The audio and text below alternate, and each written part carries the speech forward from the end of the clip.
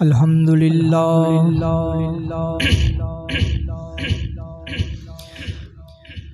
الحمد للہ رب العالمین،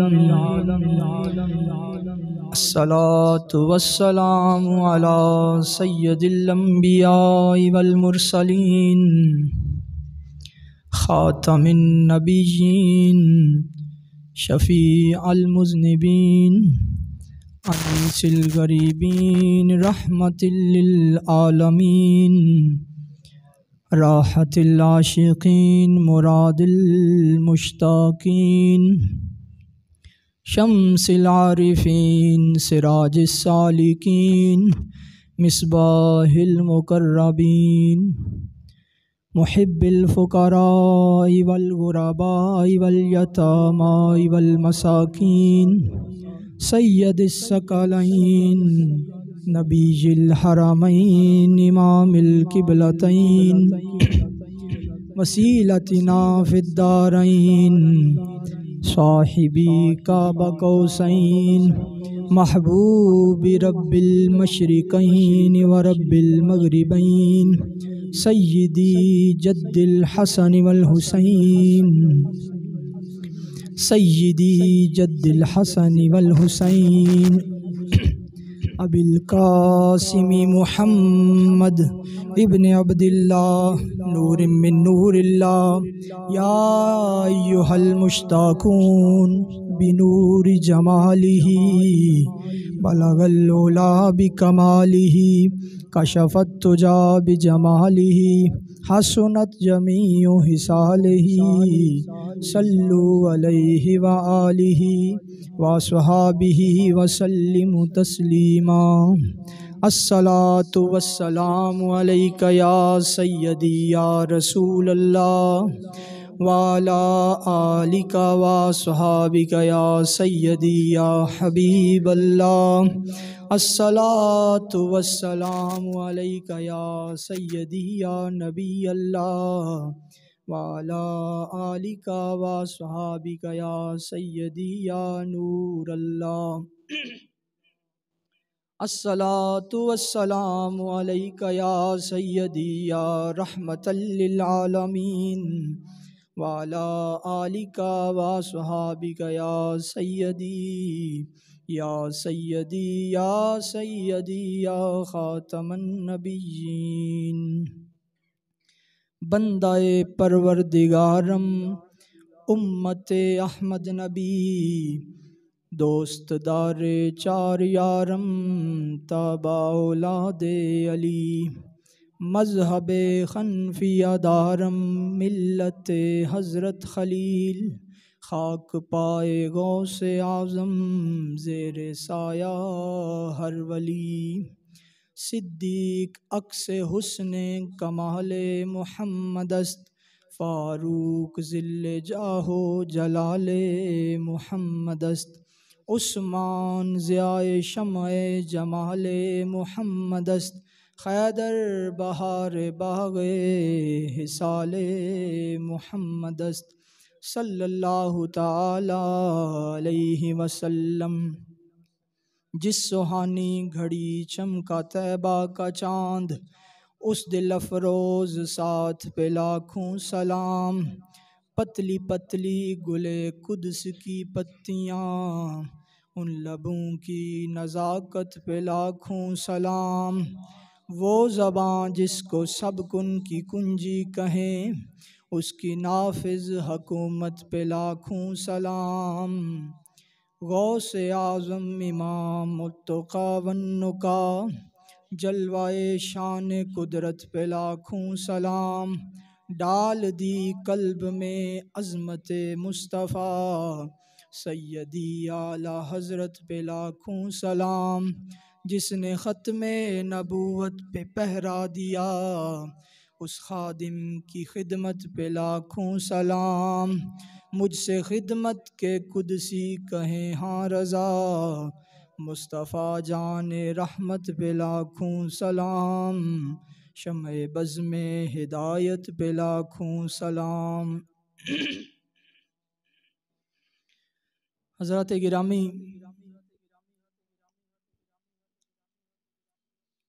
آپ لوگوں کی محبت کی وجہ سے اور علامہ حکیم آصف رضوی صاحب کے اصرار کی وجہ سے آج ایک دفعہ پھر میں آپ کے سامنے حاضر ہوں، اور اللہ تعالیٰ کا فضل و کرم اور اس کا شکر ہے کہ اس نے ہمیں یہ بابرکت دن عطا فرمایا، جس کے وسیلے سے ہمیں علم دین حاصل کرنے کا موقع ملتا ہے۔ حضرت جلال الدین رومی رحمۃ اللہ تعالیٰ علیہ آپ فرماتے ہیں، زندگی آمد برائے بندگی اور زندگی بے بندگی شرمندگی۔ فرمایا جو زندگی ہے یہ بندگی کے لیے ملی ہے، اور زندگی بغیر بندگی کے سراسر شرمندگی ہے۔ زندگی بغیر بندگی کے سراسر شرمندگی ہے۔ اور بندگی کیا ہے؟ نمازیں بلا شبہ بندگی کا حصہ ہیں، زکوٰۃ، حج، عمرے، یہ سب عبادات بندگی کا حصہ ہیں، لیکن اعلیٰ حضرت عظیم البرکت فاضل بریلی اشاہ امام احمد رضا خان رحمۃ اللہ تعالیٰ علیہ سے اگر پوچھیں کہ حضور آپ بتائیں کہ بندگی کیا ہے، کیا نماز بندگی ہے، تو آپ کیا فرماتے ہیں؟ فرمایا مولا علی نے واری تیری نیند پر نماز، وہ بھی اثر جو سب سے اعلیٰ خطر کی ہے۔ اور فرمایا ثابت ہوا کہ جملہ فرائض فرو ہیں، اصل الاصول بندگی اس تاجور کی ہے۔ فرمایا نماز بلا شبہ یہ بندگی کا حصہ ہے، لیکن مولا علی نے نبی پاک صاحب لولاک صلی اللہ تعالی علیہ وسلم کی نیند پر وہ نماز وار کر دنیا والوں کو بتا دیا کہ جو واری جا رہی ہے وہ بندگی کا حصہ ہے، اور جس پر واری جا رہی ہے وہ آئین بندگی ہے۔ تو ثابت زندہ باد زندہ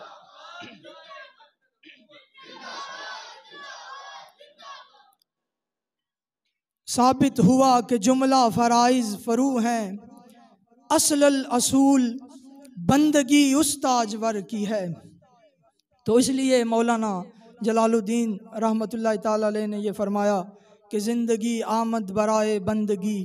زندگی بے بندگی شرمندگی۔ اور داتا صاحب رحمۃ اللہ تعالی علیہ نے کشف المحجوب میں ایک فقیر کا واقعہ لکھا، فرمایا کہ نبی پاک صلی اللہ تعالی علیہ وسلم دنیا سے جب تشریف لے گئے ظاہری طور پر، تو آپ نے 3 چیزیں دنیا پر چھوڑیں، ایک علم، دوسرا فقر، اور تیسرا تلوار۔ فرمایا علم جو تھا وہ علماء نے لے لیا، فقر جو تھا وہ صوفیاء نے لے لیا، اور تلوار جو تھی وہ حکمرانوں نے لے لی۔ اور آج اگر ہم مسلمانوں کا حال دیکھیں تو تلوار تو موجود ہے لیکن علم سے خالی ہیں، فقر سے خالی ہیں۔ اگر پاکستان کو آپ دیکھیں تو اتنی بڑی فوج، اتنا جدید اسلحہ اور ایٹم بم ہوتے ہوئے یہ سب کیا ہے؟ یہ تلوار ہے، لیکن اب تک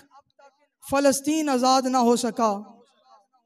کشمیر آزاد نہ ہو سکا، کیونکہ علم سے خالی، ان کو پتہ ہی نہیں کہ جہاد کا وقت ہے۔ یہ ایک مذمتی بیان تک نہیں دے سکتے کہ پاکستان پر پابندیاں لگ جائیں گی، پتہ نہیں کون کون سی پابندی لگا دیں گے، وہ اس وجہ سے کہ یہ فقر سے خالی ہیں۔ اگر فقر ہوتا تو فقر تو کل کی سوچنے ہی نہیں دیتا، تو خالی تلوار بھی کسی کام کی نہیں۔ اگر ہم نے اپنی زندگی میں کسی شخص میں یہ تینوں چیزیں دیکھی ہیں تو وہ بابا جی امیر المجاہدین رحمۃ اللہ تعالی علیہ میں دیکھی ہیں کہ علم بھی کمال کا، فقر بھی کمال کا، اور تلوار بھی کمال کی۔ تو اس وقت مسلمانوں کو کسی ایسے حکمران کی ضرورت ہے کہ جس میں یہ تینوں چیزیں پائی جاتی ہوں، تب فلسطین کی بات کرنے والا ہوگا، تب جہاد کی بات کرنے والا ہوگا، تب جا کر کشمیر جو ہے وہ آزاد ہوگا۔ تو ہم اللہ سے دعا کرتے ہیں کہ وہ ہمیں کوئی ایسا حکمران عطا فرمائے کہ جس میں علم بھی ہو، فقر بھی ہو اور تلوار بھی ہو۔ علامہ اقبال نے فرمایا کہ 300 سال سے ہیں ہند کے میخانے بند، 300 سال سے ہیں ہند کے میخانے بند، اب مناسب ہے تیرا فیض ہو عام ساقی۔ فرمایا اسلام کو دیس نکالا دیا گیا، اب وقت ہے کہ اسلام پھر سے چھائے اور پھر سے دنیا پر اسلام حکومت کرے۔ تو وہ کیسے ہوگا؟ وہ کسی صلاح الدین ایوبی کے وارث سے ہوگا، کوئی طارق بن زیاد کا وارث آئے گا تو یہ سب ممکن ہوگا، کوئی حضور کا سچا عاشق اور ان کا غلام آئے گا تو یہ سب ممکن ہوگا، تب جا کر فلسطین آزاد ہوگا۔ اور آج یہ بھی پیغام میں دینا چاہتا ہوں کہ اگر ہم زیادہ کچھ نہیں کر سکتے تو کم از کم فلسطینیوں کے لیے اسرائیل کی جو مصنوعات ہیں ان کا بائیکاٹ ہمیں ضرور کرنا چاہیے، تاکہ ہم اپنا کچھ حصہ جو ہے اس میں ملا سکیں۔ کم از کم جو ہمارے ہاتھ میں ہے وہ ہمیں کرنا چاہیے۔ تو اس میں ضرور سب حصہ ڈالیں اور اسرائیل کی مصنوعات ان کا بائیکاٹ کریں۔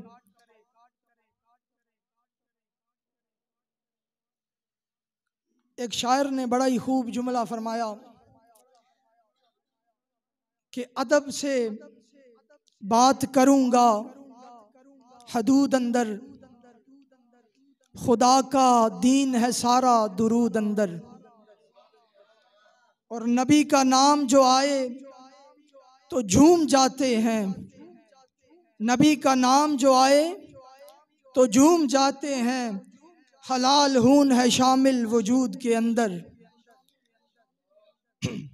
اور اب اگر ہم چاہتے ہیں کہ اسلام تخت پر آئے